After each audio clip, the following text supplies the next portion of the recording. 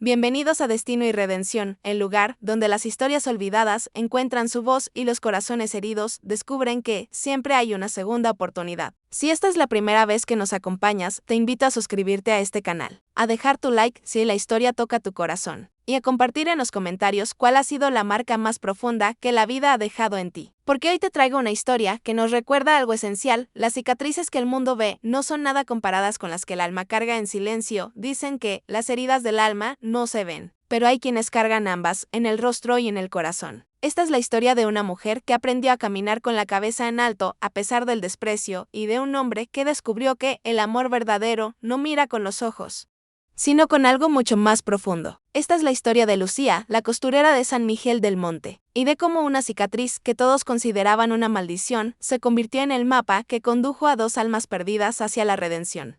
En las tierras de Morelos, donde los campos de caña se mecían bajo un sol implacable y las montañas dibujaban sombras largas sobre los pueblos blancos, existía un lugar llamado San Miguel del Monte.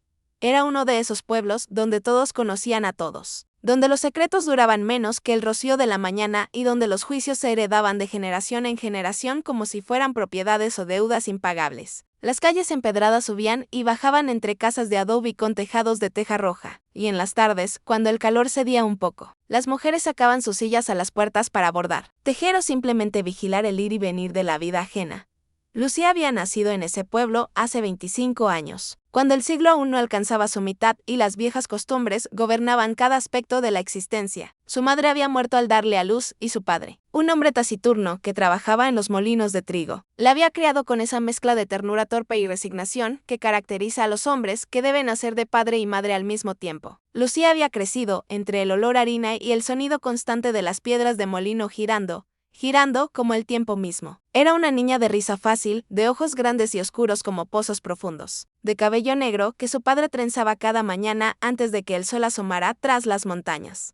Pero cuando Lucía tenía apenas 7 años, una noche de diciembre cambió todo. Su padre había salido a ayudar con un parto difícil en una casa vecina, dejándola dormida junto al brasero que calentaba la única habitación de su modesta vivienda. Nadie supo exactamente qué pasó. Tal vez un leño se rodó, tal vez una chispa saltó más lejos de lo debido. Lo cierto es que, cuando los vecinos vieron el humo saliendo por las rendijas de la puerta y las primeras lenguas de fuego lamiendo las vigas del techo, ya era tarde. Rompieron la puerta a golpes y encontraron a la niña envuelta en humo y llamas, aferrada a la muñeca de trapo que su madre le había cosido antes de morir. La sacaron a tiempo, pero el fuego había dejado su firma en ella, una cicatriz que iba desde la sien derecha hasta la comisura del labio, cruzando toda la mejilla como un río rojo que con los años se volvería plateado y brillante. Su padre lloró durante días, no de agradecimiento porque ella había sobrevivido, sino de culpa y de terror ante lo que vendría, porque en San Miguel del Monte, como en tantos otros pueblos de aquel México antiguo, las marcas en el rostro no eran simplemente eso, eran señales, presagios, estigmas que la gente leía como si fueran mensajes divinos o demoníacos. Las viejas decían que Lucía había sido tocada por el fuego purificador, que Dios la había marcado para algo especial. Los más supersticiosos murmuraban que tal vez era un castigo, que algo malo había hecho su madre para que la hija cargara esa cruz. Los niños, crueles como solo pueden serlo los niños, le pusieron apodos: la quemada, la marcada, cara de cera, rostro de cera derretida. Lucía aprendió a caminar pegada a las paredes, a inclinar siempre la cabeza para que el cabello cayera sobre el lado derecho de su rostro, a hablar en voz baja para no llamar la atención. Aprendió que era mejor ser invisible que ser vista. Aprendió que las miradas pueden doler más que las llamas, que las palabras susurradas queman más lento pero más profundo que cualquier fuego. Su padre, destrozado por la culpa, le enseñó lo único que sabía, además de moler trigo, a coser. Le consiguió una vieja máquina Singer que algún comerciante había dejado, a cambio de sacos de harina, y con una paciencia infinita le mostró cómo enhebrar la aguja, cómo manejar la tela, cómo convertir pedazos de nada en algo hermoso y útil. Lucía descubrió que tenía dedos hábiles, un ojo preciso para las medidas y una intuición natural para entender lo que cada prenda necesitaba. A los 12 años, ya cosía mejor que las mujeres del pueblo que llevaban décadas haciéndolo. A los 15, cuando su padre murió de una fiebre repentina que los médicos no supieron curar, Lucía quedó sola en el mundo con su máquina de coser y su cicatriz. las monjas del convento de Santa Rosa, movidas por esa compasión que a veces es genuina y a veces es solo otra forma de superioridad, le dieron permiso para instalar su taller en una habitación pequeña junto a la sacristía. Era un espacio estrecho, con una ventana alta que dejaba entrar un rectángulo de luz polvorosa durante las horas centrales del día, y una puerta que daba al patio donde las novicias cultivaban hierbas medicinales y flores para el altar. Lucía llegaba cada mañana antes del alba, cuando las campanas aún no habían llamado a los primeros rezos,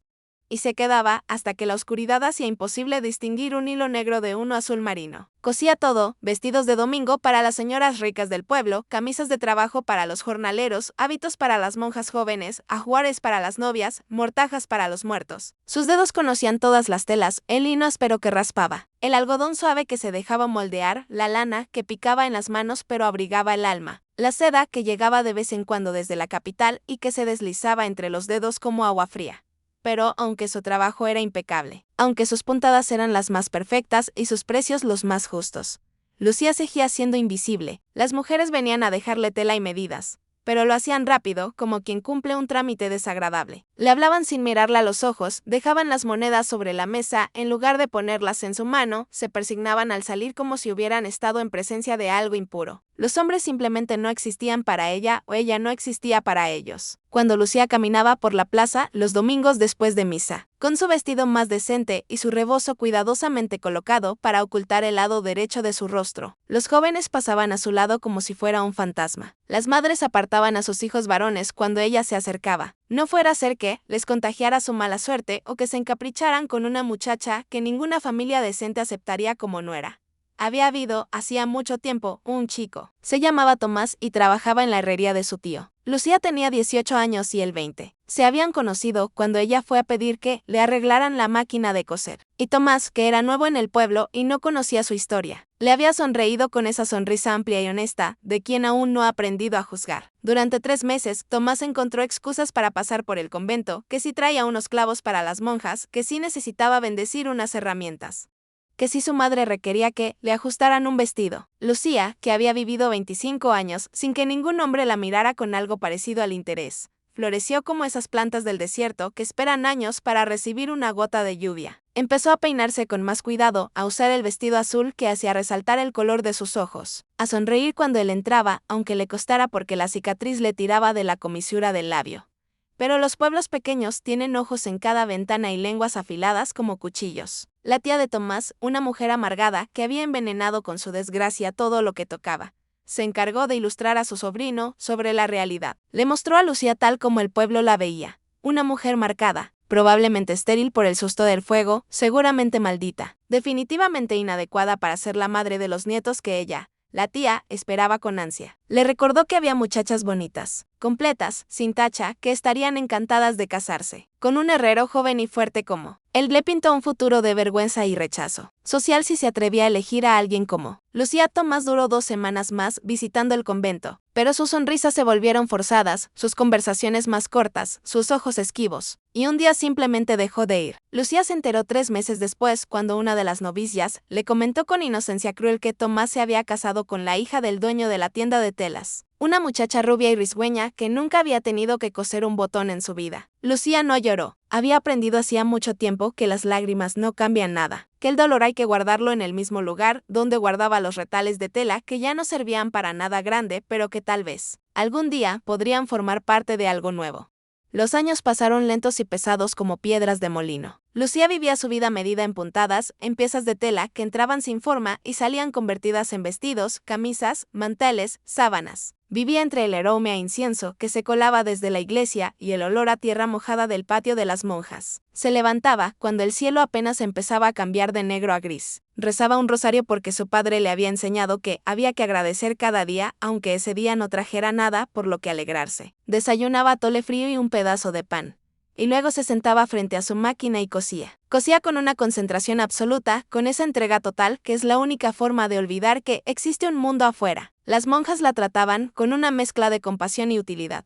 Era pobre, era marcada, pero era necesaria. La Madre Superiora, una mujer anciana con ojos de águila y manos nudosas por la artritis. A veces se sentaba junto a ella y le hablaba de los caminos misteriosos de Dios, de cómo el sufrimiento pulía el alma como el agua pule las piedras del río, de cómo las pruebas de esta vida eran apenas el precio que se pagaba por la gloria venidera. Lucía escuchaba con la cabeza inclinada, decía sí cuando tocaba decir sí y seguía cosiendo, pero en las noches, cuando regresaba a su cuarto minúsculo en una vecindad al borde del pueblo, cuando se quitaba el rebozo y se miraba en el pedazo de espejo quebrado que colgaba de la pared, Lucía se permitía algo parecido a la amargura. Se pasaba los dedos por la cicatriz, sintiendo la textura diferente de la piel, la manera en que brillaba a la luz de la vela como si fuera de otro material, de otra sustancia. Se preguntaba qué habría sido de su vida si aquella noche el fuego no hubiera saltado, si su padre no hubiera salido, si alguien hubiera llegado 5 minutos antes. Se preguntaba cómo sería tener un esposo que la esperara en casa, hijos que corrieran a abrazarla, una familia, una vida normal. Se preguntaba si Dios realmente tenía un plan o si simplemente había mirado hacia otro lado. Aquella noche de diciembre y luego había sido demasiado tarde para arreglar las cosas. Cumplió 25 años en una soledad tan completa que ni siquiera las monjas se acordaron de la fecha. Ese día cosió un vestido de novia para la hija del alcalde, una muchacha de 16 años que se casaba con un comerciante rico de la capital. La tela era de encaje francés, delicada como telaraña, y Lucía trabajó en ella durante semanas para que cada puntada fuera perfecta. Cuando terminó, cuando extendió el vestido sobre la mesa y lo miró a la luz de la tarde, sintió algo extraño en el pecho. No era tristeza exactamente, tampoco envidia. Era algo más profundo y más oscuro, era la certeza absoluta de que ella jamás se pondría un vestido así, de que jamás caminaría hacia un altar donde alguien la esperara con amor,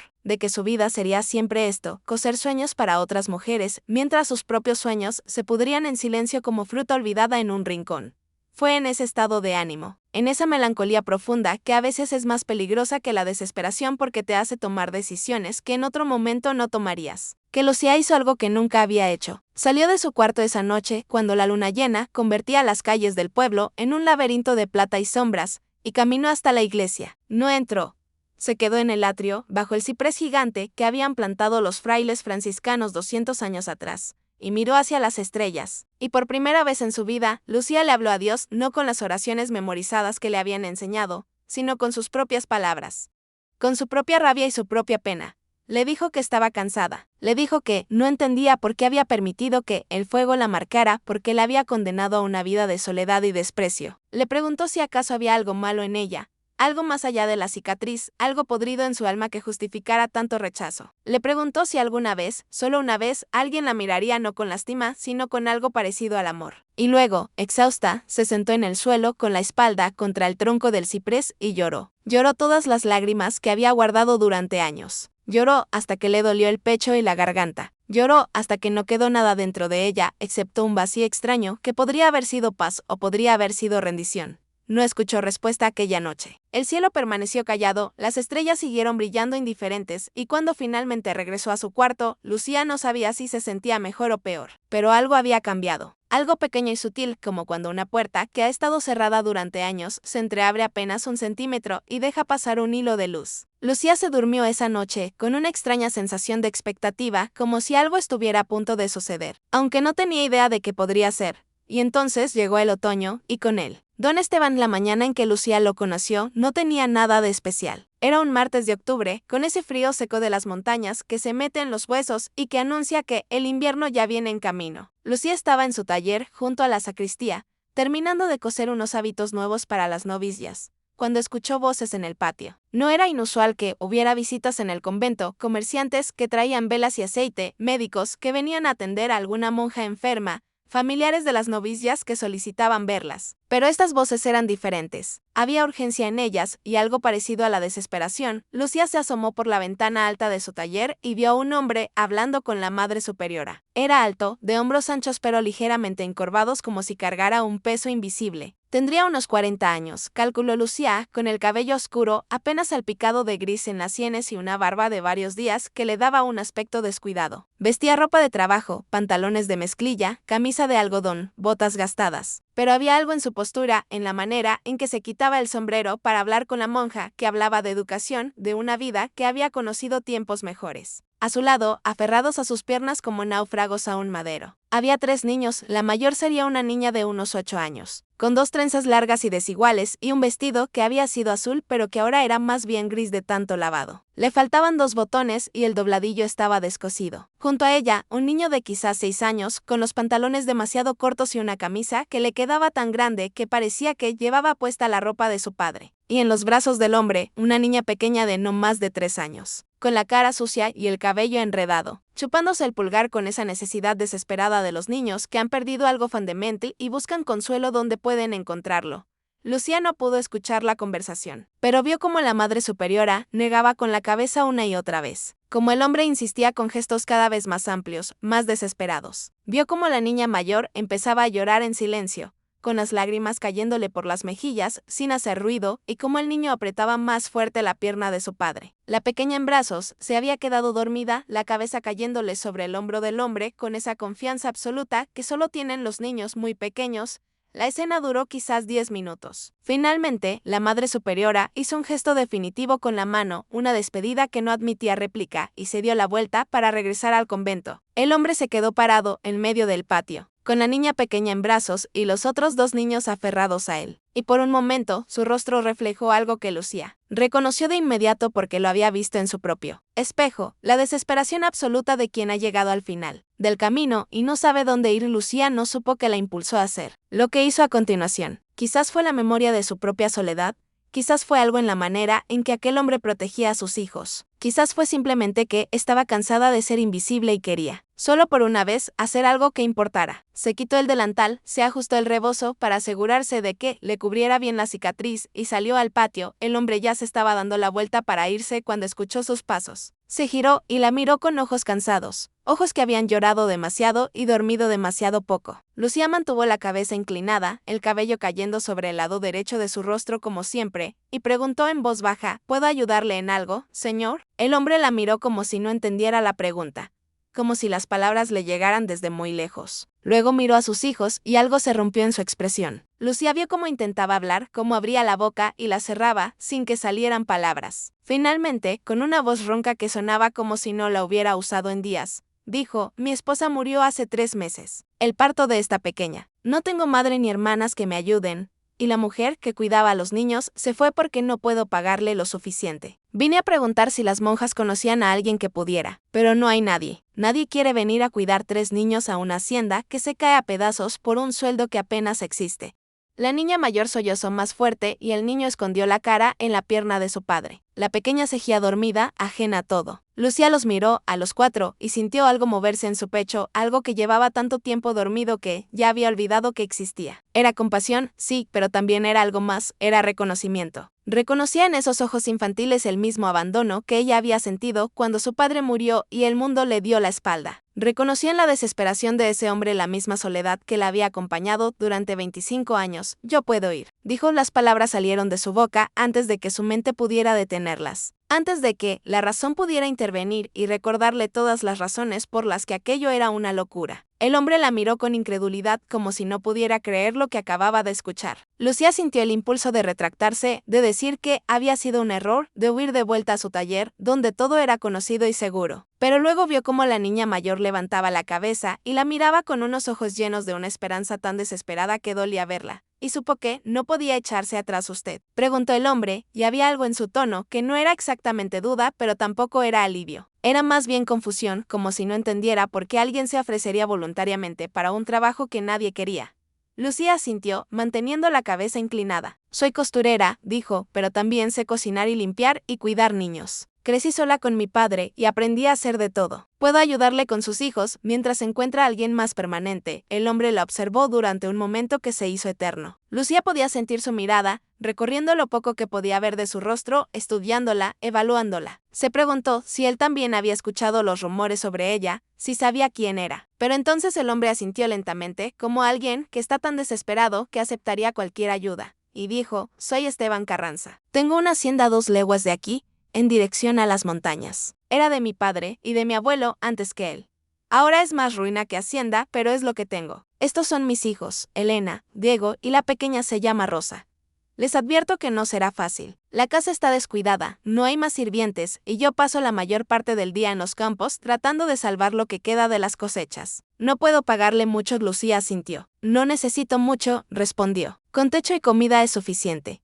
Era mentira y verdad al mismo tiempo. Lucía sabía que estaba dejando atrás su taller, su máquina de coser, la única seguridad que había conocido en años. Sabía que estaba lanzándose a lo desconocido, a una situación que podía resultar desastrosa. Pero también sabía que, si no daba ese paso, si no se atrevía, aunque fuera una vez en su vida, a decir sí a algo incierto, se quedaría para siempre en ese cuarto, junto a la sacristía, cosiendo vidas ajenas hasta que un día se despertara y descubriera que era vieja y que nunca había vivido realmente. Esteban pareció dudar un momento más.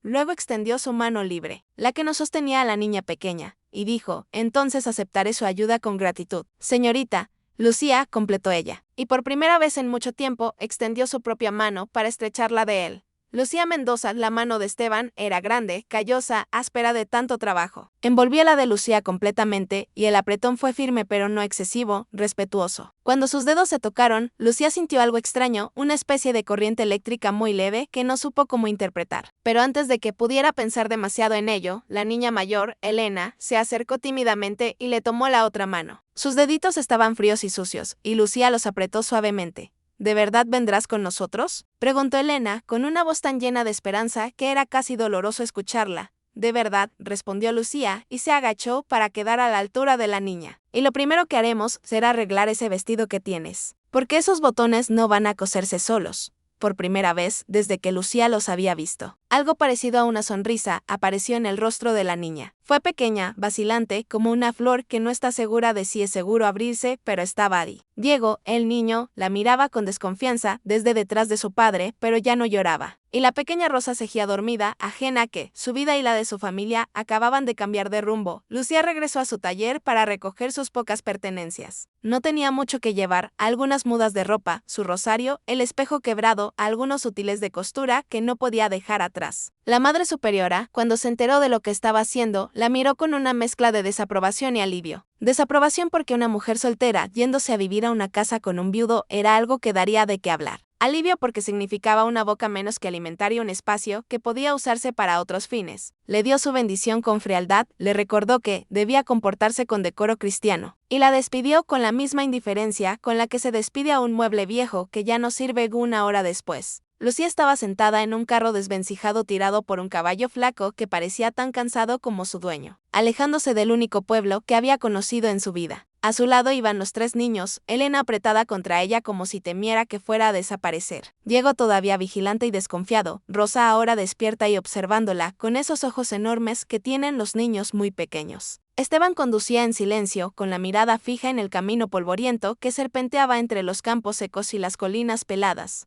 El viaje duró casi 2 horas. Atravesaron campos donde alguna vez había habido maíz, pero ahora solo quedaban tallos quebrados y tierra agrietada por la sequía. Pasaron junto a un arroyo que debería haber estado lleno, pero que ahora era apenas un hilo de agua lodosa. Subieron por un camino cada vez más empinado y descuidado, lleno de baches y piedras, hasta que finalmente, al doblar un recodo entre dos colinas, apareció ante ellos la hacienda Carranza. Lucía había esperado que estuviera en mal estado, pero la realidad superó sus expectativas. La casa principal, que alguna vez debió haber sido imponente, estaba literalmente desmoronándose. Las paredes de adobe mostraban enormes grietas, el tejado tenía tantos huecos que parecía un colador.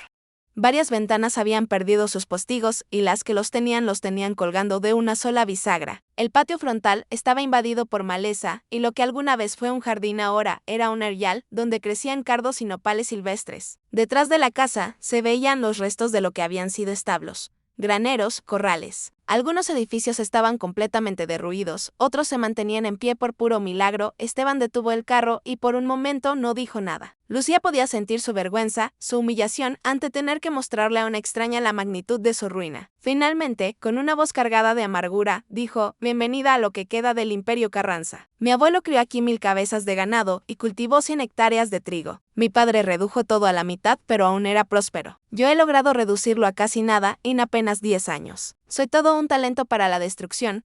Lucía lo miró y vio el dolor que había detrás de las palabras. Vio a un hombre que llevaba sobre los hombros no solo la carga de 3 hijos y una mujer muerta, sino también el peso de generaciones de expectativas no cumplidas, de un apellido que alguna vez significó algo y ahora era apenas un susurro. Y en ese momento, Lucía entendió algo fundamental: todos llevamos cicatrices. Las de ella estaban en el rostro, donde todos podían verlas, pero las de Esteban estaban en el alma y probablemente dolían mucho más. Tiene techo, dijo ella simplemente. Y tiene a sus hijos. Todo lo demás se puede arreglar. Esteban la miró como si acabara de decir algo en un idioma que él no entendía, pero que sonaba de esperanza. Los niños saltaron del carro y corrieron hacia la casa con esa adaptabilidad que tienen los niños, para quienes cualquier lugar puede convertirse en hogar si tienen lo básico: algo de comer, un sitio donde dormir y alguien que los quiera. Lucía bajó con más cuidado, sintiendo como sus piernas, entumecidas por el viaje, se quejaban. Esteban le ofreció su mano para ayudarla a descender. Y otra vez, Lucía sintió ese contacto cálido y firme que le producía una sensación extraña en el estómago. La casa por dentro era todavía más deprimente que por fuera. La puerta principal daba a lo que alguna vez había sido un salón amplio y elegante, pero que ahora estaba prácticamente vacío. Quedaban algunos muebles, un sofá con el tapiz raído y los resortes asomando,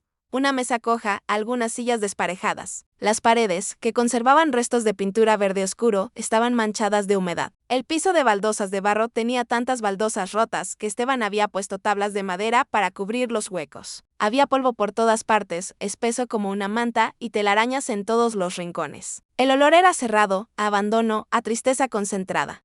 Esteban guió a Lucía a través de varias habitaciones en estado similar de deterioro hasta llegar a lo que evidentemente era la cocina. Era un espacio grande con una chimenea enorme que ocupaba toda una pared. Había una mesa larga y maciza que era prácticamente lo único sólido en toda la casa, y algunos armarios con las puertas colgando. De las vigas del techo colgaban algunos manojos de hierbas secas y unos cuantos embutidos que se veían más viejos que el edificio. Los niños duermen arriba, explicó Esteban. Hay 3 habitaciones en el segundo piso, pero solo una tiene cama completa, así que todos duermen juntos. Yo duermo en el que fue el despacho de mi padre, ahí al lado de la cocina, para estar cerca si Rosa se despierta en la noche. Usted puede tomar la habitación que está junto a la de los niños. Tiene una cama, o lo que queda de una. Encontraré algunas mantas limpias. Lucía asintió. Luego preguntó lo más práctico: ¿qué hay de comer? Esteban abrió uno de los armarios y el inventario fue deprimente: algunos frijoles secos, un poco de maíz para toties, algo de arroz, sal, chili seco, un poco de manteca rancia. Nada más.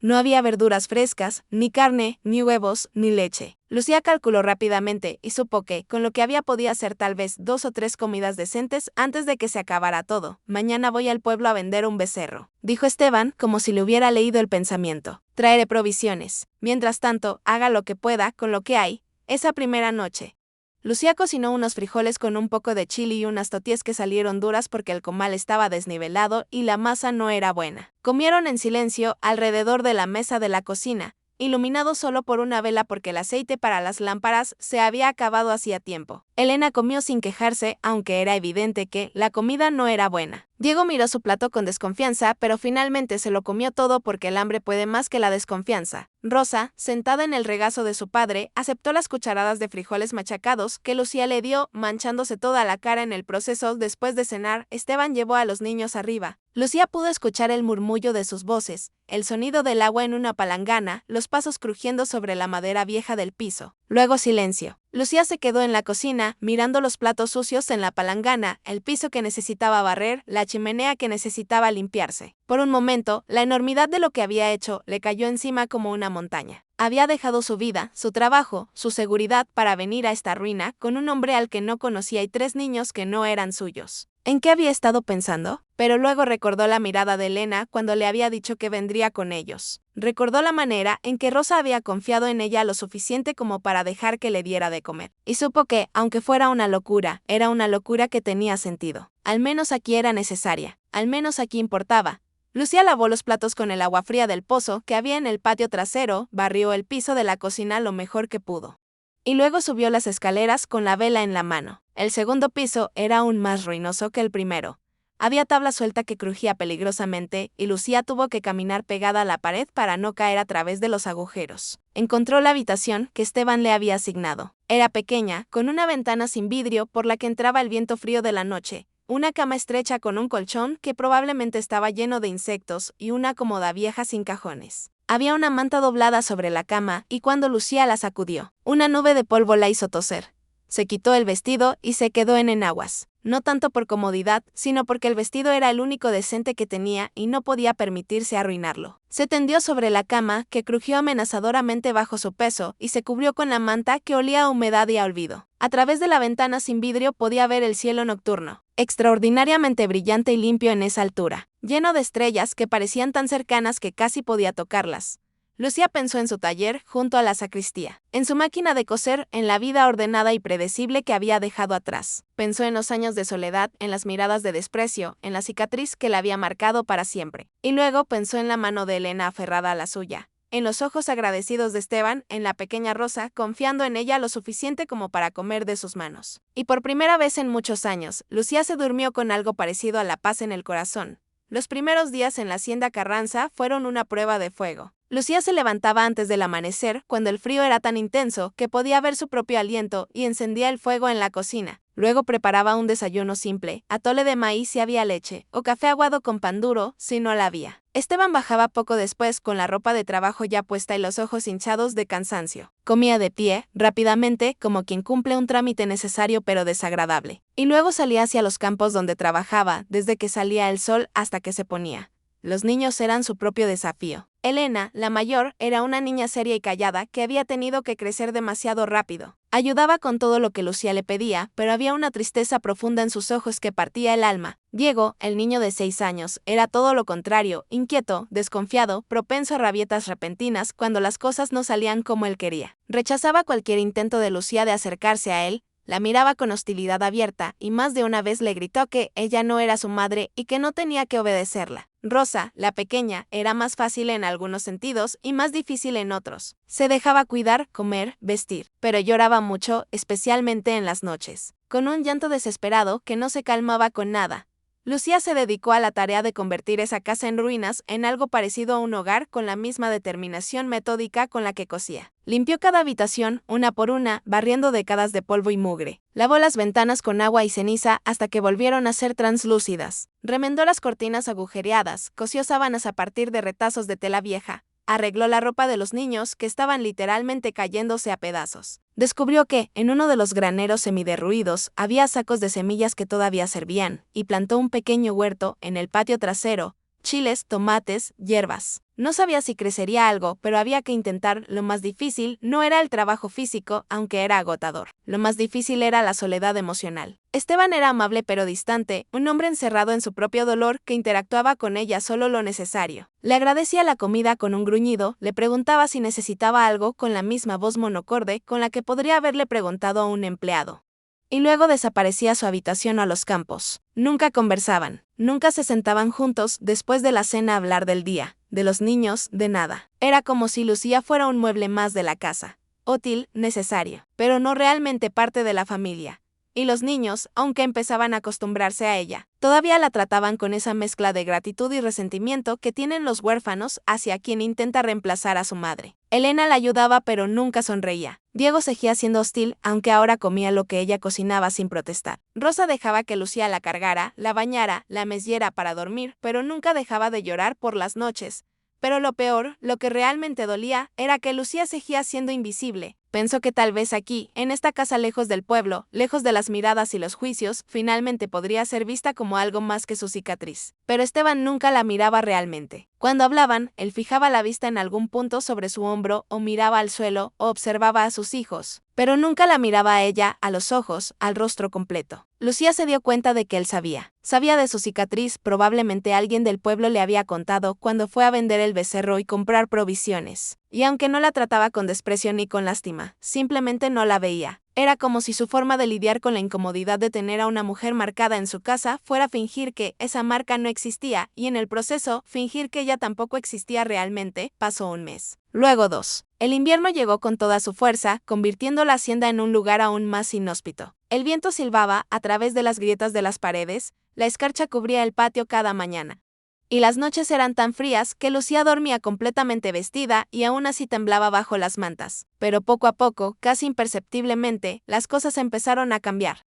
El huerto que Lucía había plantado, contra todas las probabilidades, empezó a dar frutos. Primero fueron los chiles, luego los tomates, pequeños pero dulces. Lucía hizo salsa, conservas, guardó semillas para la siguiente temporada. La comida en la mesa, aunque simple, era caliente y nutritiva. Los niños empezaron a engordar un poco, a perder ese aire famélico y descuidado. Elena comenzó a peinarse sola cada mañana, copiando la manera en que Lucía se trenzaba el cabello. Diego, aunque todavía era difícil, empezó a buscarla cuando tenía hambre o frío y una noche se quedó dormido con la cabeza en su regazo mientras ella cosía. Rosa empezó a llamarla Lulú porque no podía pronunciar Lucía y aunque no era mamá, era algo. Y Esteban, lenta, cautelosamente, empezó a estar presente. Al principio fueron cosas pequeñas, se quedaba un poco más en la mesa después de cenar, mirando cómo Lucía cosía o cómo los niños jugaban. Preguntaba qué había pasado durante el día y realmente escuchaba las respuestas. Una tarde trajo del pueblo un pedazo de vidrio para reparar la ventana de la habitación de Lucía, y se pasó toda una tarde instalándolo para que el viento frío no entrara más.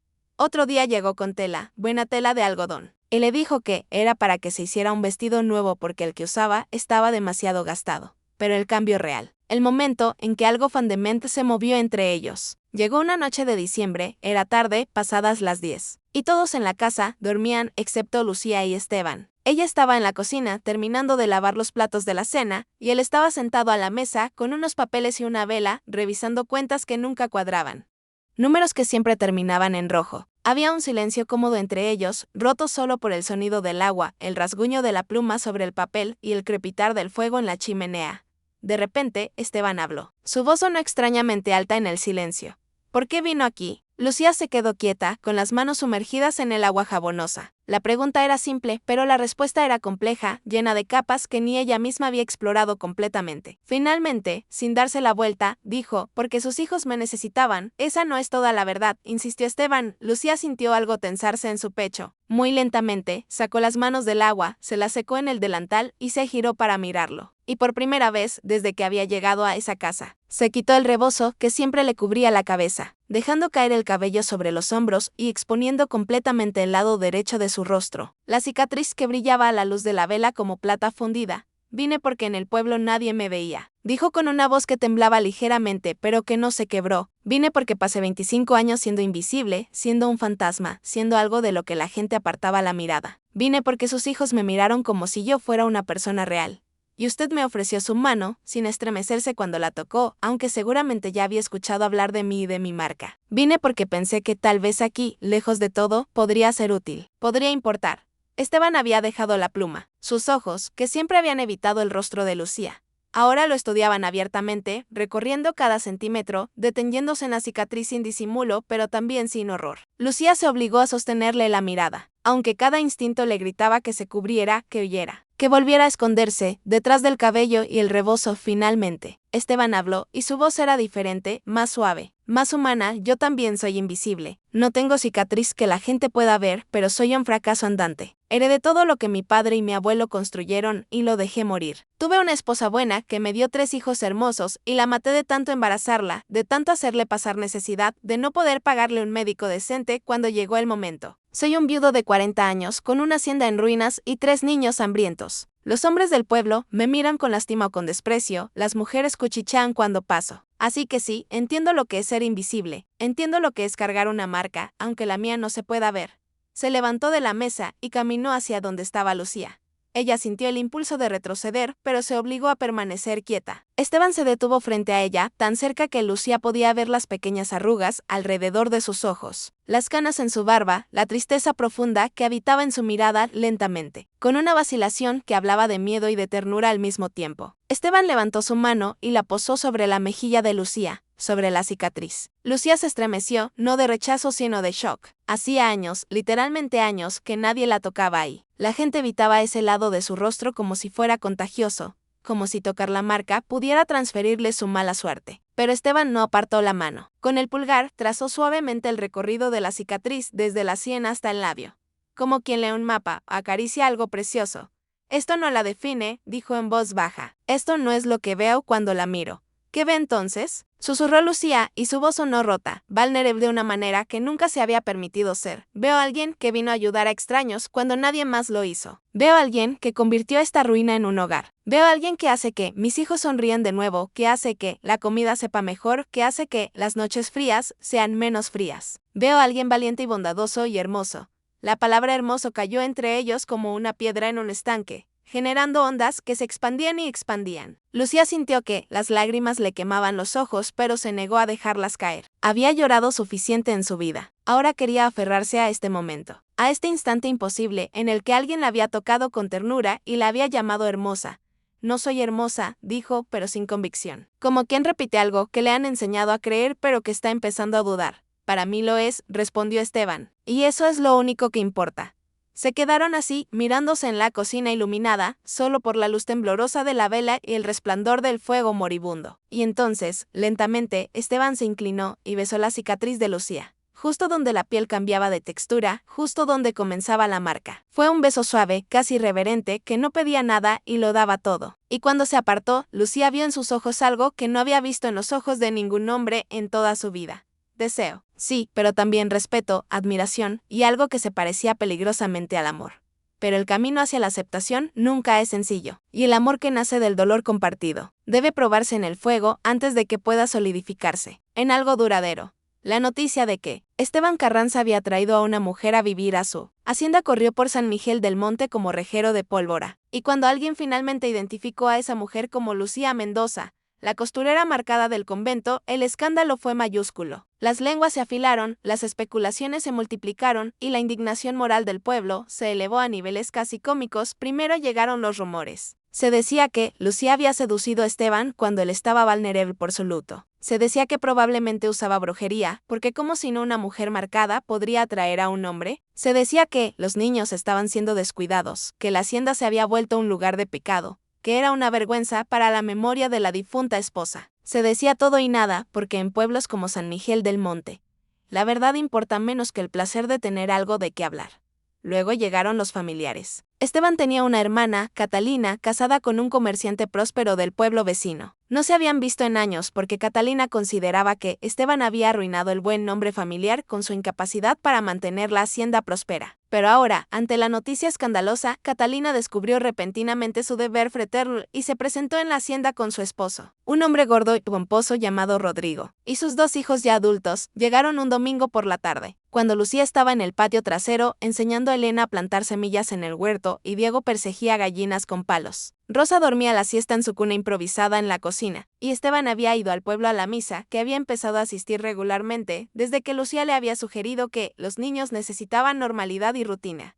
El carro de Catalina era nuevo y elegante, tirado por 2 caballos gordos y lustrosos que contrastaban dolorosamente con el caballo flaco de Esteban. Catalina bajó con una expresión de disgusto bien ensayada, levantándose las faldas para no mancharse con el lodo del patio. Era una mujer de unos 45 años. Bien vestida, bien peinada.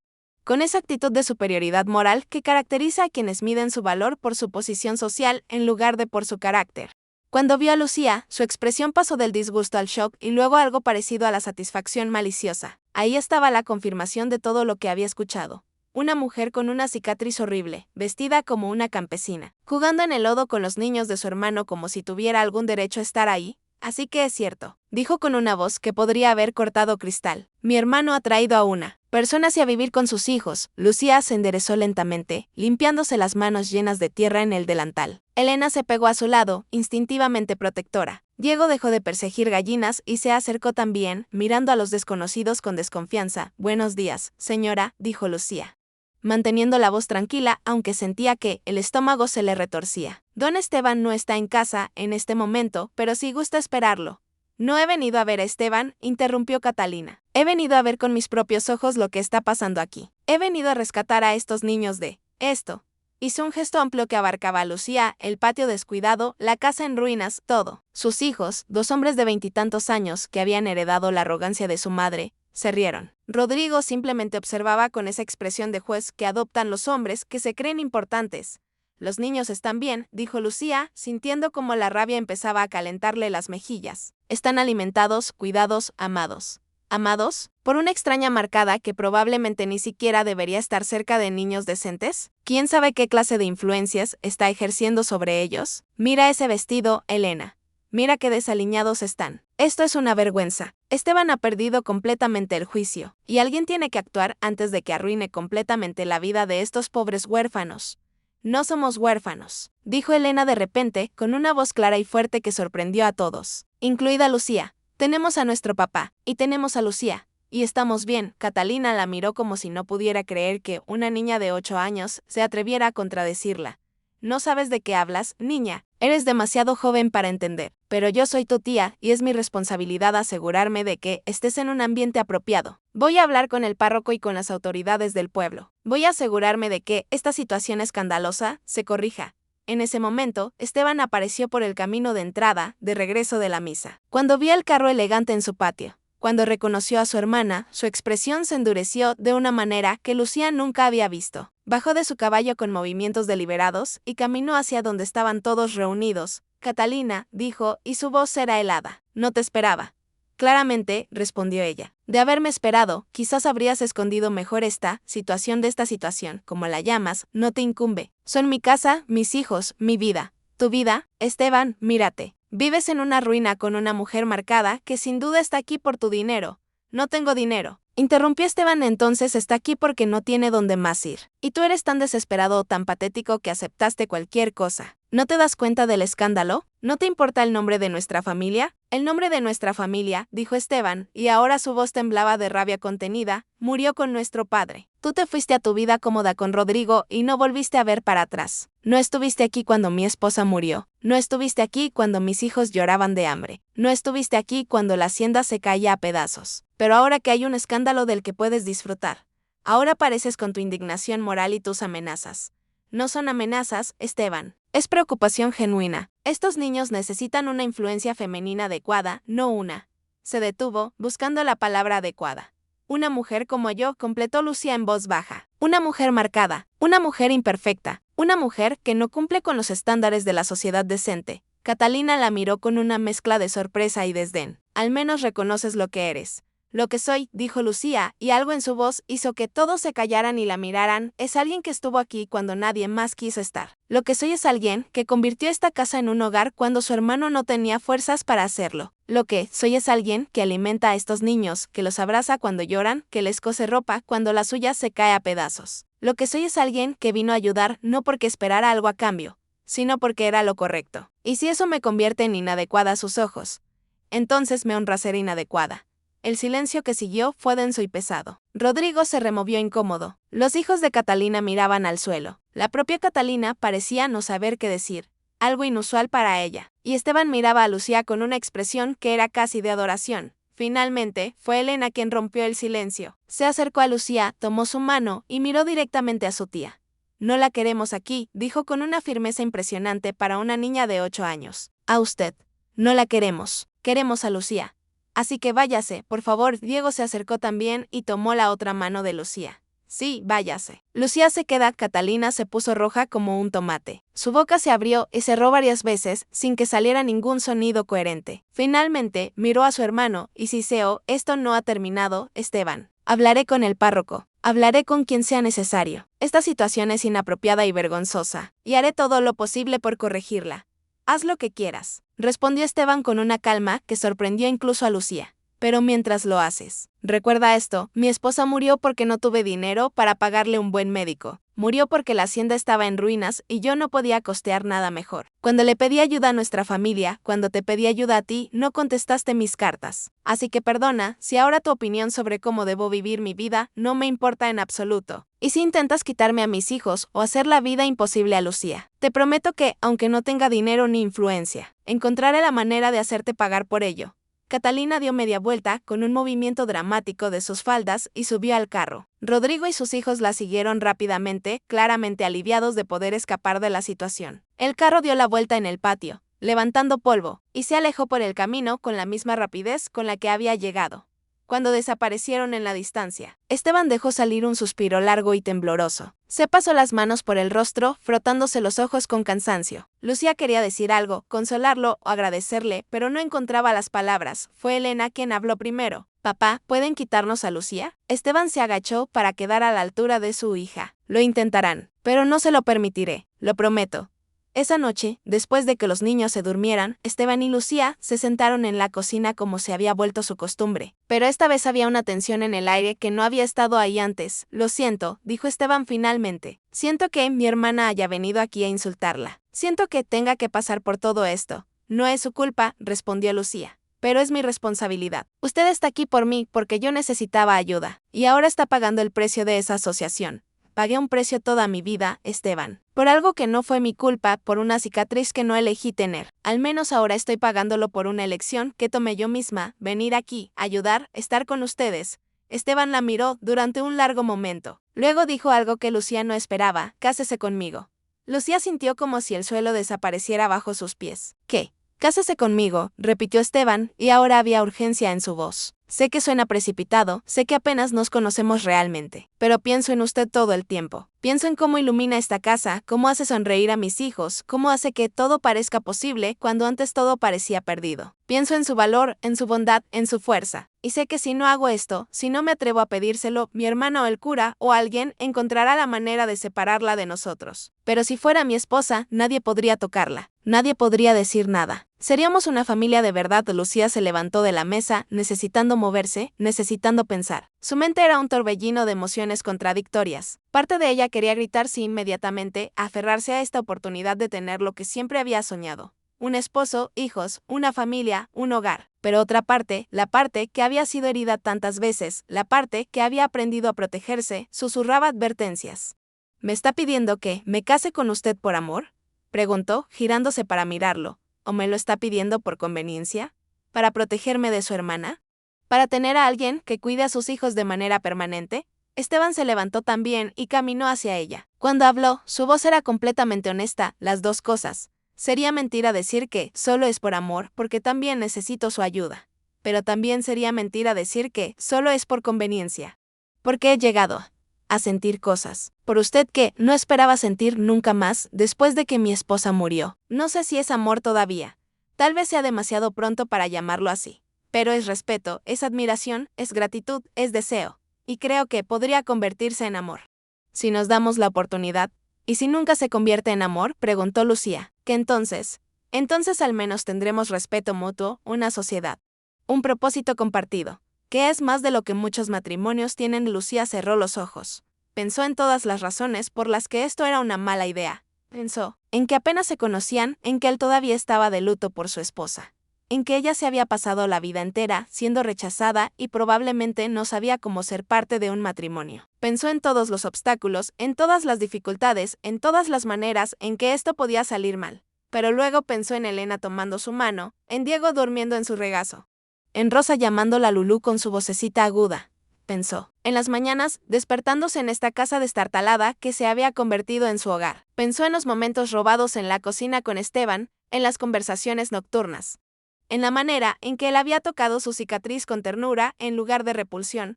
Abrió los ojos y miró a Esteban directamente. Sí, dijo. Me casaré con usted. La boda fue pequeña, simple, casi clandestina. El párroco de San Miguel del Monte, presionado por Catalina, se negó a casarlos, alegando que era indecente que un viudo se volviera a casar tan pronto y con una mujer de reputación cuestionable. Tuvieron que ir a otro pueblo, a 2 días de camino, donde nadie los conocía, y el cura aceptó casarlos sin hacer demasiadas preguntas después de que Esteban le pasara unas cuantas monedas por debajo de la mesa. Lucía no tenía vestido de novia. Se casó con su mejor vestido, el de algodón azul que Esteban le había regalado meses atrás y que ella había remendado y ajustado hasta que quedó decente. Llevaba flores silvestres en el cabello, y el rebozo le cubría la cabeza pero no el rostro. Los niños fueron los únicos testigos: Elena con un vestido limpio y el cabello trenzado, Diego con una camisa que por primera vez en su vida le quedaba bien, Rosa en los brazos de su padre, con los ojitos muy abiertos mientras miraba todo con curiosidad. La ceremonia duró menos de 20 minutos. El cura recitó las palabras rituales con un tono apresurado que dejaba claro que quería terminar rápido. Esteban dijo sí. Aceptó con una voz firme que no temblaba. Cuando llegó el turno de Lucía, ella miró a Esteban a los ojos y dijo las palabras que nunca pensó que tendría oportunidad de decir. Sí, acepto. No hubo anillos, no hubo fiesta, no hubo celebración. Firmaron los papeles, el cura les dio su bendición perfunctoria. Y eso fue todo.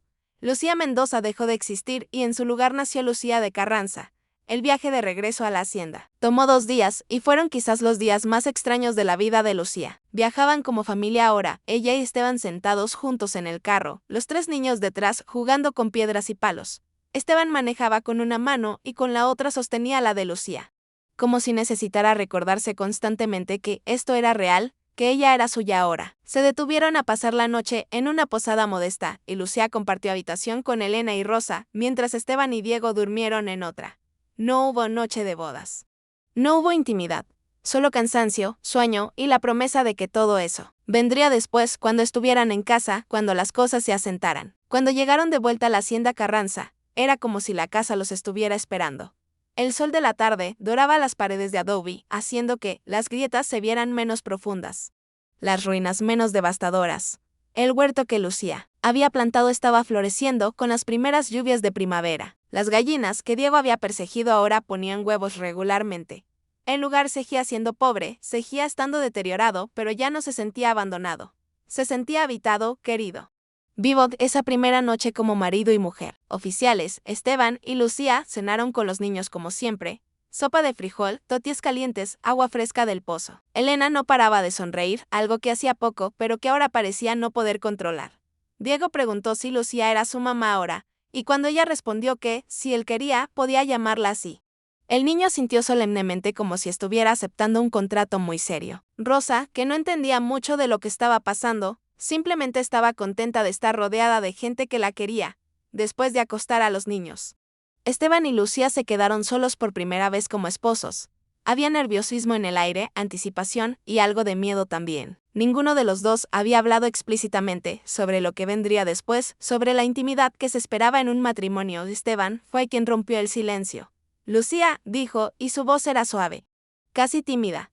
Quiero que sepa que no espero. Es decir, no tiene que. Podemos tomarnos el tiempo que necesitemos. No hay prisa. Lucía lo miró y vio en sus ojos la misma vulnerabilidad que probablemente él veía en los suyos. Este hombre, que había conocido el amor mérito con su primera esposa, que tenía 3 hijos como prueba de esa intimidad, ahora estaba nervioso como un muchacho ante su primera vez. Y Lucía, que nunca había conocido el toque de un hombre más allá de un apretón de manos casual, sentía que el corazón le latía tan fuerte que estaba segura de que él podía escucharlo. Esteban, dijo. Y su voz también temblaba. Tengo 25 años y nunca nadie me ha besado realmente. Nunca nadie me ha tocado con amor. No sé qué hacer. No sé cómo ser esposa en ese sentido. Pero quiero aprender. Quiero conocerlo de esa manera también. Esteban extendió su mano y Lucía la tomó. Él la guió suavemente hacia su habitación, la que había sido el despacho de su padre y que ahora era su dormitorio. Era espartana, una cama simple, una cómoda vieja, una silla, nada más. Pero estaba limpia. Y en la mesa había una vela encendida que llenaba el espacio de luz dorada y sombras danzantes. Lo que sucedió esa noche fue torpe y tierno al mismo tiempo. Esteban la besó despacio, dándole tiempo para acostumbrarse, para responder. Sus manos, curtidas por el trabajo del campo, fueron sorprendentemente suaves cuando quitaron el rebozo. Cuando soltaron el cabello de Lucía y lo dejaron caer sobre sus hombros. Cuando sus dedos rozaron la cicatriz, Lucía se tensó instintivamente, pero Esteban se detuvo y susurró, «Eres hermosa, toda tú. Especialmente esto». Y besó la cicatriz de nuevo.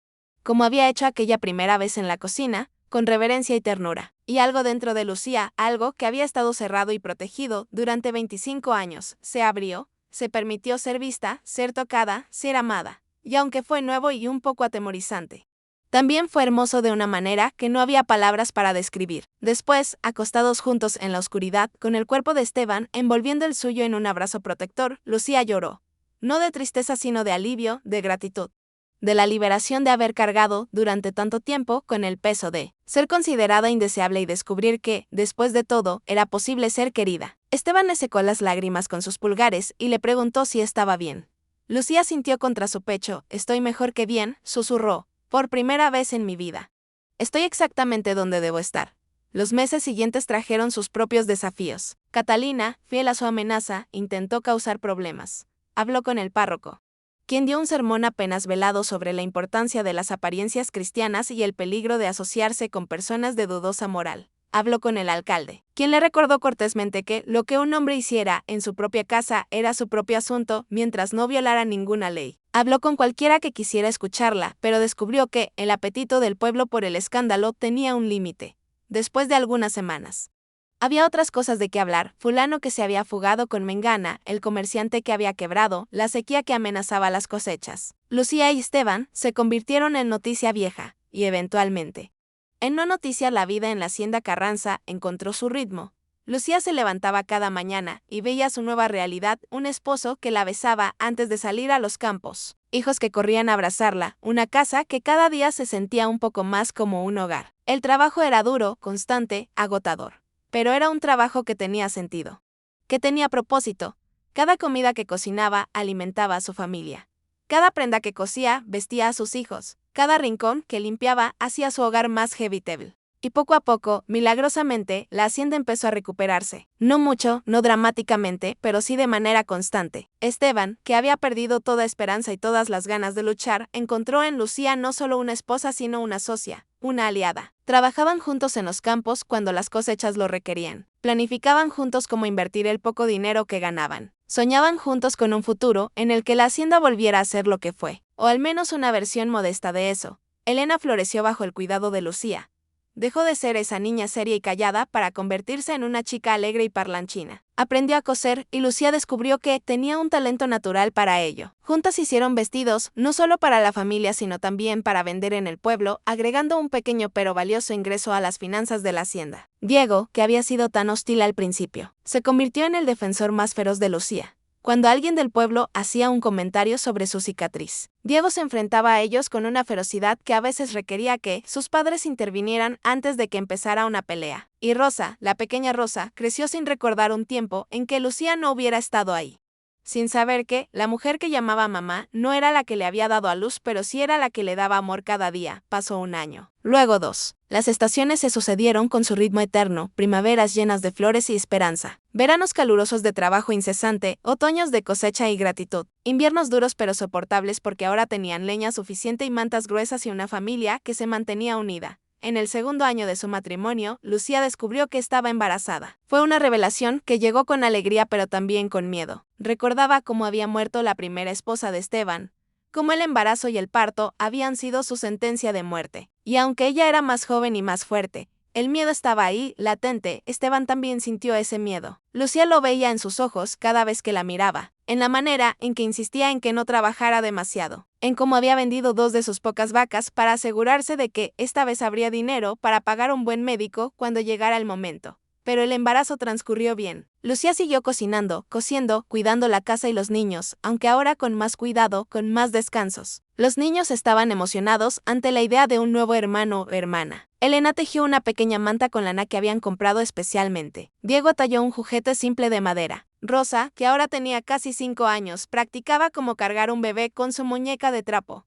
Y cuando llegó el momento, cuando las contracciones comenzaron una madrugada de mayo, Esteban envió a Diego, galopando al pueblo por el médico, mientras él se quedaba con Lucía, sosteniéndole la mano, secándole el sudor de la frente, susurrándole palabras de aliento y amor. El parto fue largo y difícil. Hubo momentos en que Lucía creyó que iba a morir, momentos en que el dolor era tan intenso que deseó morir, pero cada vez que creía que no podía más, escuchaba la voz de Esteban diciéndole que era fuerte, que podía hacerlo, que él estaba ahí. Y finalmente, cuando el sol empezaba a ponerse y la habitación se llenaba de luz dorada, un llanto agudo rompió el aire que era un niño, pequeño pero perfectamente formado, con un mechón de cabello negro y unos pulmones que funcionaban perfectamente a juzgar por el volumen de sus gritos. El médico lo envolvió en la manta que Elena había tejido y lo puso en los brazos de Lucía, quien lo miró con un asombro tan profundo que no podía hablar. Este era su hijo. Su hijo. Algo que había crecido dentro de ella, parte de ella y parte de Esteban. Una vida nueva que no existiría si ella no hubiera dicho sí aquella tarde en el patio del convento, si no hubiera sido valiente. Si no se hubiera atrevido, lo llamaron Francisco, como el padre de Esteban. Y cuando Lucía lo sostuvo por primera vez, cuando su pequeña manita se cerró alrededor de su dedo con esa fuerza sorprendente que tienen los recién nacidos, Lucía supo con una certeza absoluta que cada momento de dolor en su vida, cada rechazo, cada lágrima, había valido la pena por llegar a este momento. Esteban se arrodilló junto a la cama y los envolvió a ambos en sus brazos, llorando abiertamente de alivio y alegría. Elena, Diego y Rosa entraron corriendo a conocer a su nuevo hermano, sus voces llenando la habitación de risas y preguntas. Y en medio de ese caos feliz, Lucía cerró los ojos por un momento y dio gracias. Dio gracias por el fuego que la había marcado. porque esa marca la había llevado a ser invisible en el pueblo. Y esa invisibilidad le había hecho disponible para decir sí cuando Esteban necesitó ayuda. Dio gracias por cada rechazo, porque cada rechazo la había preparado para valorar la aceptación cuando finalmente llegó. Dio gracias por los años de soledad, porque le habían enseñado a ser fuerte, a ser independiente, a no necesitar la aprobación de nadie para saber su propio valor. Dio gracias por la cicatriz, porque aunque había sido su maldición durante tanto tiempo, había resultado ser también su bendición. El camino que Dios había usado para llevarla exactamente donde necesitaba estar. Los años siguientes fueron años de plenitud. La hacienda Carranza nunca volvió a ser el imperio que había sido en tiempos del abuelo de Esteban. Seguía siendo una operación modesta, a veces precaria, siempre al borde de la crisis. Pero era suficiente. Tenían comida en la mesa, ropa en el cuerpo, un techo sobre sus cabezas, y más importante que todo eso, se tenían el uno al otro. Elena creció hasta convertirse en una joven hermosa y talentosa. A los 18 años, se casó con el hijo del herrero del pueblo. Un muchacho bondadoso que la adoraba y que nunca, ni una sola vez, hizo un comentario negativo sobre el hecho de que su suegra tuviera una cicatriz. Diego se convirtió en un hombre fuerte y trabajador que ayudó a su padre a sacar adelante la hacienda. Y eventualmente se casó con una maestra del pueblo vecino que le enseñó a leer y escribir más allá de lo básico. Rosa, la pequeña Rosa, que había llegado al mundo sin madre, creció sin conocer nunca esa ausencia porque Lucía había llenado ese vacío tan completamente que ni siquiera existía. Y Francisco, el hijo que Lucía había dado a luz con tanto esfuerzo, creció en una casa llena de amor, sin saber nunca lo que era ser rechazado o despreciado. Era un niño alegre y curioso, y cuando tuvo edad suficiente para preguntarle a su madre sobre la cicatriz en su rostro, Lucía le contó la historia completa, el fuego, el rechazo, la soledad, y cómo todo eso la había llevado a su padre, a él, a esta vida. Francisco escuchó con atención, y cuando Lucía terminó, extendió su pequeña mano y trazó la cicatriz con un dedo, exactamente como su padre había hecho tantos años atrás en esa cocina iluminada por velas.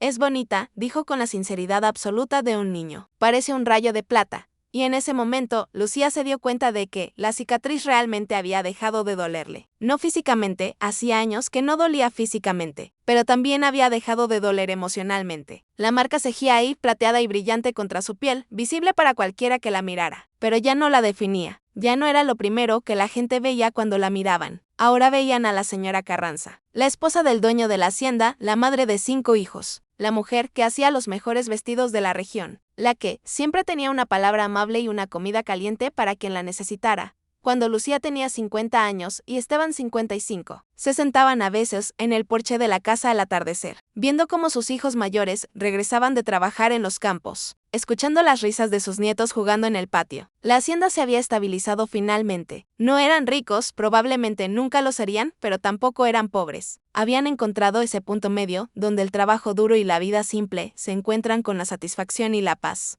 Una de esas tardes, mientras el sol se ponía pintando el cielo de naranja y púrpura, Esteban tomó la mano de Lucía y la miró como todavía la miraba después de todos estos años. Con amor, con respeto, con gratitud, ¿sabes?, dijo. A veces me pregunto qué habría pasado si aquel día, cuando fui al convento a buscar ayuda, las monjas me hubieran dado otro nombre, si me hubieran mandado con cualquier otra mujer del pueblo. ¿Dónde estaríamos ahora? Lucía apretó su mano y sonrió. Probablemente en el mismo lugar. Tal vez habrías encontrado a alguien que también te ayudara, que también cuidara de los niños. No, negó Esteban con firmeza. No de la misma manera. Otra mujer habría hecho el trabajo, sí, pero no habría convertido esta ruina en un hogar. No habría hecho que mis hijos se sintieran amados incondicionalmente. No me habría enseñado que es posible volver a vivir después de creer que la vida se había terminado. Eso solo tú podías hacerlo. Por eso estoy seguro de que fue Dios quien te puso en mi camino ese día.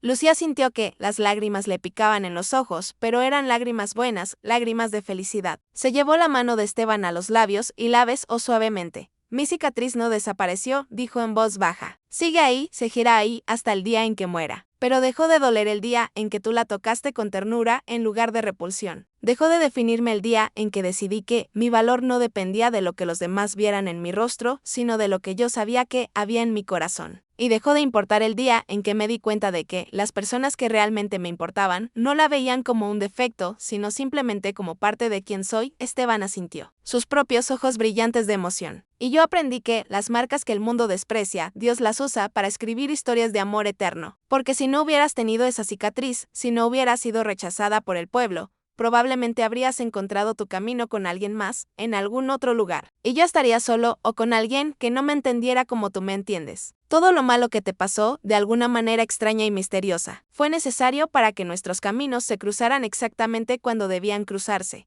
Se quedaron en silencio durante un rato, simplemente sosteniendo sus manos, observando cómo la luz del atardecer convertía las montañas distantes en siluetas oscuras contra el cielo ardiente. En el patio, Elena había llegado con sus 2 hijos, gemelos de 4 años, que ya corrían por todas partes con la energía inagotable de los niños pequeños. Diego venía detrás con su esposa, cargando provisiones del pueblo. Rosa asomó la cabeza por la puerta de la cocina, preguntando cuánto se quedarían a cenar.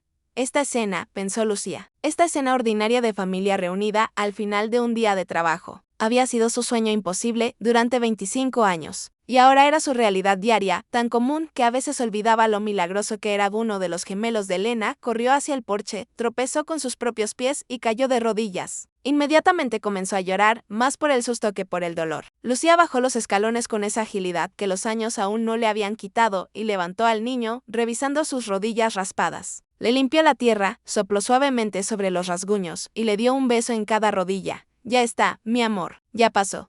Mira, ni siquiera sangra. Eres muy valiente. El niño dejó de llorar casi inmediatamente, distraído por la cicatriz en el rostro de su abuela que siempre le había fascinado. Extendió su manita y la tocó con curiosidad. «Abuela, ¿te duele?» Lucía sonrió. «No, mi cielo, ya no duele. Hace mucho tiempo que no duele». ¿Y cómo te la hiciste? Lucía había contado esta historia tantas veces a sus hijos y nietos que ya tenía la respuesta preparada. Una versión simplificada apropiada para niños pequeños. Cuando era una niña como tú, hubo un fuego en mi casa. Y el fuego me tocó aquí. Dejó esta marca para recordarme siempre que fui muy valiente ese día y que Dios me cuidó. ¿Eres valiente, abuela? Lucía lo pensó por un momento. Hace años habría dicho que no, que simplemente había sobrevivido porque no tenía otra opción. Pero ahora, mirando todo lo que había construido, todo lo que había enfrentado y superado, podía responder con honestidad: sí, creo que sí. Y tú también lo eres. Acabas de caer y te levantaste. Eso es ser valiente. El niño sonrió, satisfecho con la respuesta, y corrió de vuelta a jugar con su hermano. Lucía regresó al porche y se sentó junto a Esteban, quien la rodeó con un brazo. «Eres buena con ellos», dijo. «Con todos ellos». «Siempre lo has sido». Lucía se recostó contra su hombro. «Aprendí de ti. Aprendí viendo cómo amabas a tus hijos, incluso cuando estabas destrozado de dolor. Aprendí que el amor no se trata de ser perfecto o tener todas las respuestas. Se trata de estar presente, de intentarlo, de no rendirse». La cena esa noche fue ruidosa y caótica, como siempre que toda la familia se reunía. La mesa larga de la cocina, la misma que había estado ahí desde que Lucía llegó hace más de 25 años, estaba repleta de gente. Elena y su esposo en un extremo, Diego y su mujer en el otro, Rosa ayudando a servir la comida, Francisco jugando con sus sobrinos. Esteban presidía la mesa con Lucía a su lado. Y mientras observaba a todos comiendo, hablando, riendo, Lucía sintió una oleada de gratitud tan intensa que casi la abrumó. Esta mesa había sido testigo de tantas cosas a lo largo de los años. Había visto los primeros desayunos tímidos cuando Lucía acababa de llegar y nadie sabía muy bien cómo actuar. Había visto las cenas tensas cuando el dinero escaseaba y la comida era poca. Había visto las celebraciones cuando nacían los niños, cuando se cerraban buenas cosechas, cuando Elena se comprometió, cuando Diego aprendió a leer su primer libro completo. Había visto lágrimas derramadas sobre ella cuando las cosas iban mal, y risas que la hacían vibrar cuando las cosas iban bien.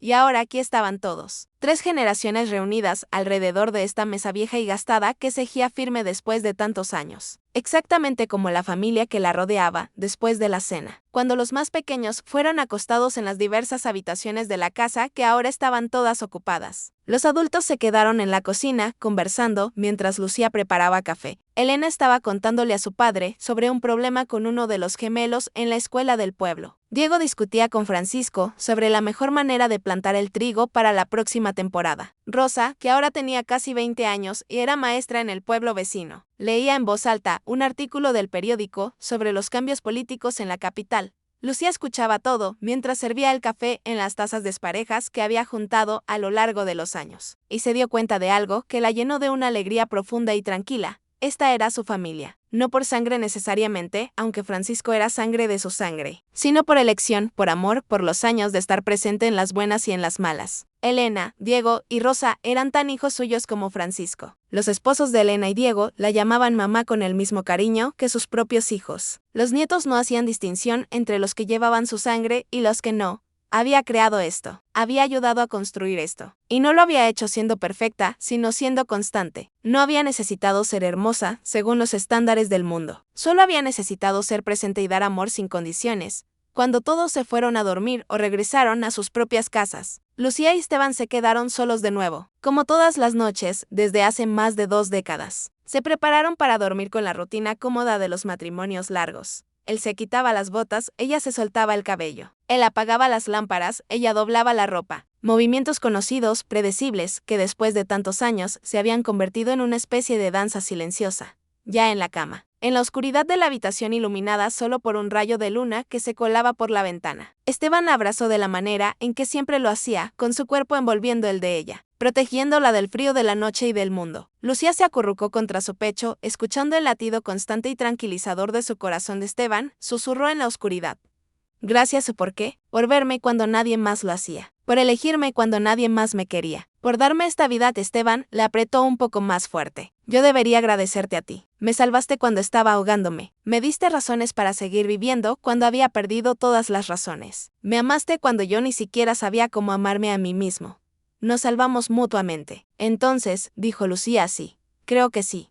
Y en esa habitación pequeña, en esa casa que había sido una ruina y ahora era un hogar, 2 personas que el mundo había considerado rotas y defectuosas, se quedaron dormidas en los brazos del otro, enteros y completos de una manera que nunca habrían estado solos. Los años siguieron pasando, como siempre lo hacen, indiferentes a los deseos humanos de detenerlos. Lucía y Esteban envejecieron juntos, su cabello se volvió completamente gris, sus cuerpos se movieron más lento, sus manos se llenaron de arrugas y manchas de edad, pero el amor entre ellos no envejeció. Si acaso, se volvió más profundo, más sólido, como el vino que mejora con el tiempo.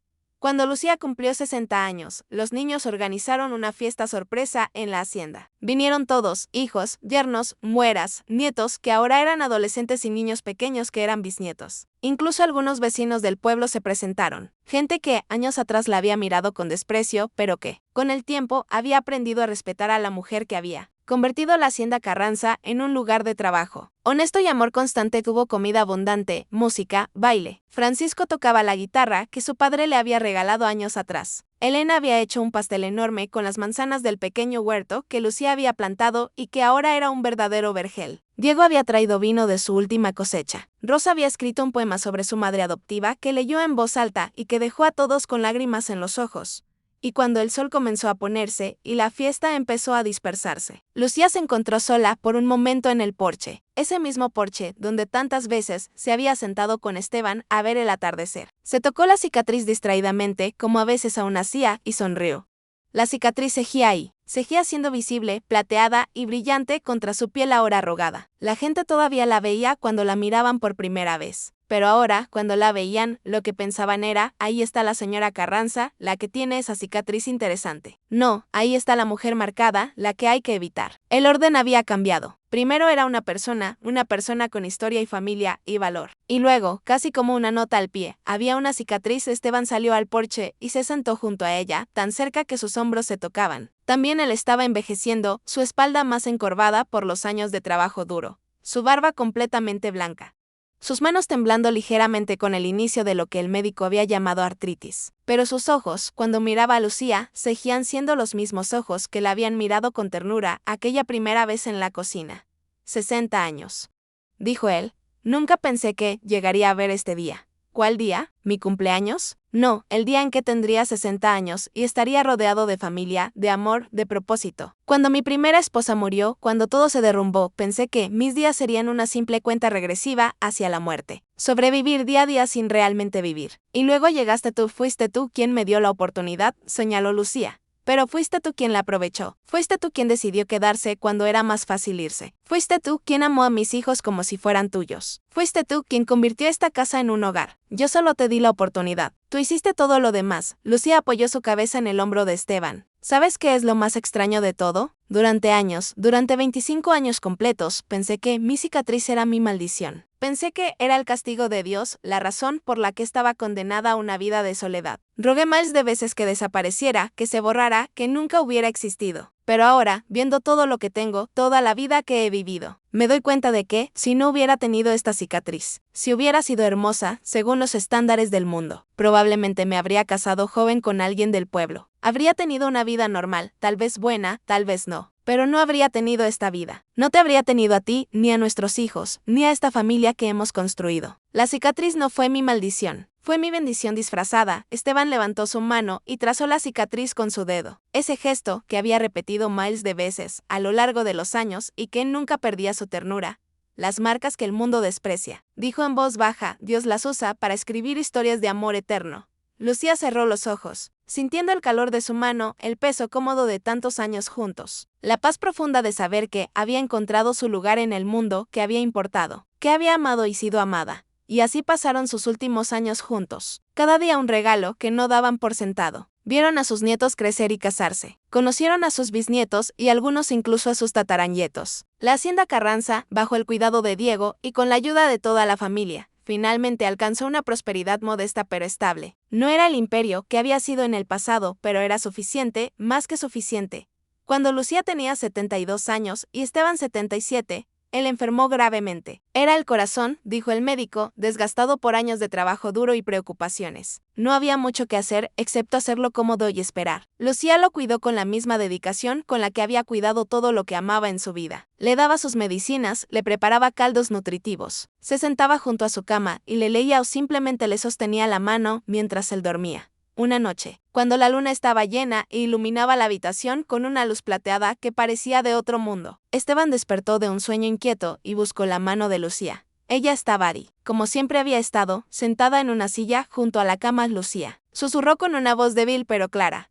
Estoy aquí, mi amor. Siempre estoy aquí. Tengo que decirte algo. Algo que nunca te he dicho propiamente. Ella apretó su mano. Puedes decirme cualquier cosa. Lo sabes. Te amo. No de la manera en que uno dice que ama a alguien casualmente, no de la manera en que amé a mi primera esposa aunque la amé genuinamente. Te amo de una manera que trasciende todo eso. Te amo como uno ama al aire que respira, al agua que bebe, a la luz del sol. Te amo como algo esencial, algo sin lo cual no podría existir. Y si he tenido la suerte de amarte durante todos estos años, si he tenido el privilegio de ser tu esposo, de compartir tu vida, entonces puedo irme en paz sabiendo que viví una vida que valió la pena vivir.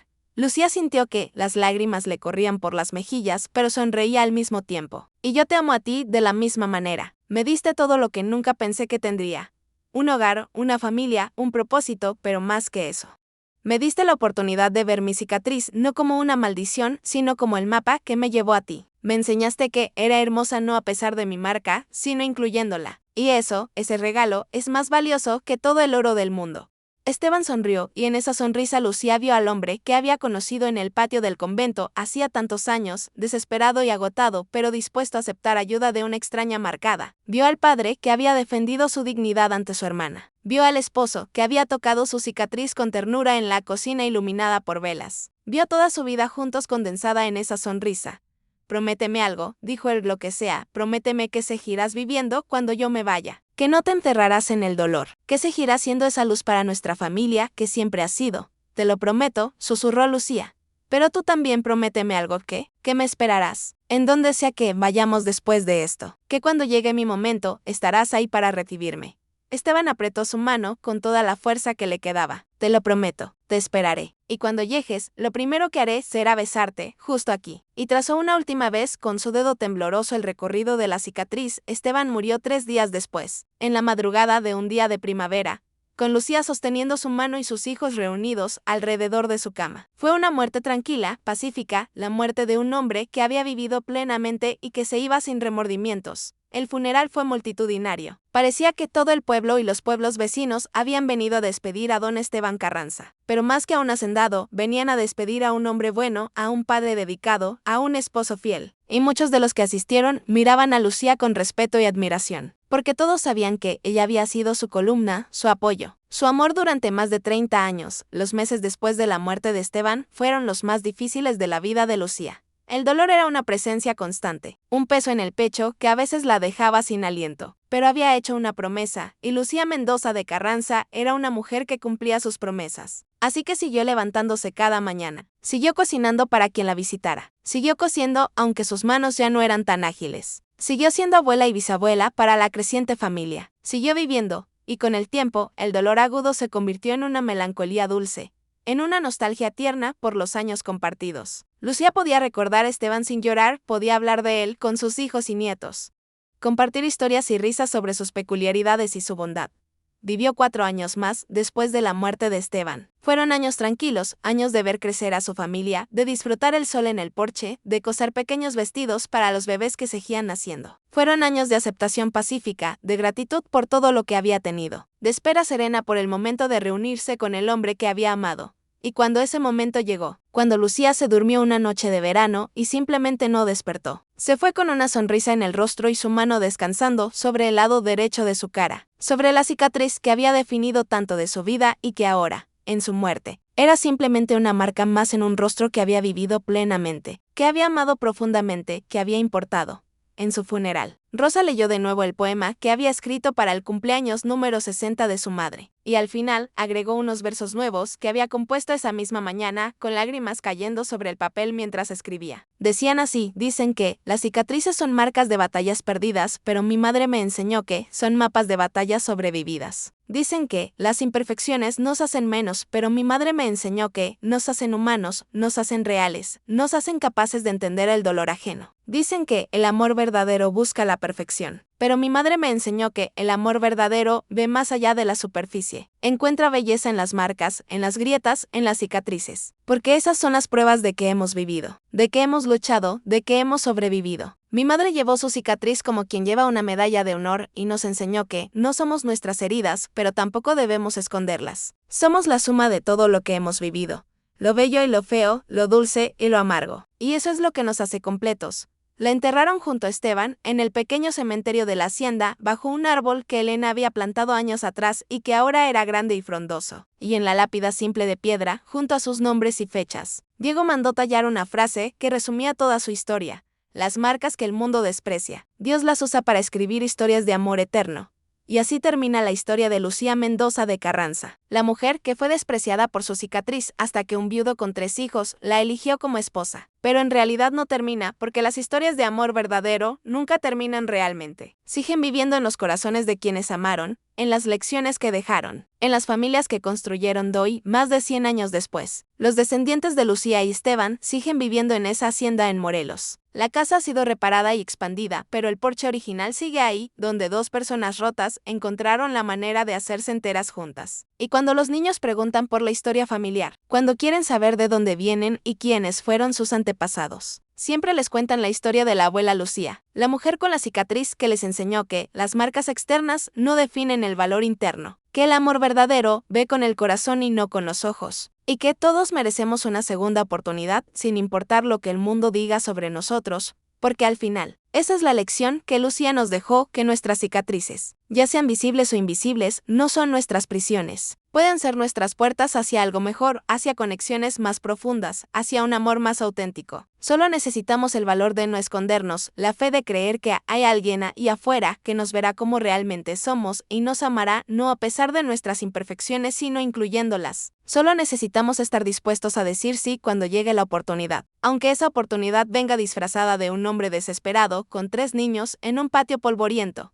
Y aquí, en Destino y Redención, esa es nuestra misión: recordarte que tu historia no ha terminado, que tus cicatrices no te definen, y que el amor que buscas puede estar esperándote en el lugar menos esperado, con la forma menos convencional. Solo tienes que tener el valor de ser visto, la humildad de aceptar ayuda, y la fe de creer que Dios puede usar incluso nuestras heridas más profundas para escribir las historias más hermosas. Si esta historia tocó tu corazón, te invito a que le des like, te suscribas a este canal para seguir escuchando más historias de redención y esperanza, y compartas en los comentarios cuál es la cicatriz, visible o invisible, que has convertido en tu fortaleza. ¿Cuál es la marca que pensabas que era tu maldición, pero que resultó ser tu bendición? Porque todos tenemos cicatrices, todos hemos sido heridos, pero como nos enseñó Lucía, esas heridas no tienen que ser nuestro final, pueden ser nuestro comienzo. Que esta historia te recuerde que eres valioso, que eres digno de amor, y que tus imperfecciones no te hacen menos, sino que te hacen humano, real, capaz de conectar profundamente con otros que también llevan sus propias cicatrices. Nos vemos en la próxima historia. Hasta entonces, recuerda, las marcas que el mundo desprecia, Dios las usa para escribir historias de amor eterno.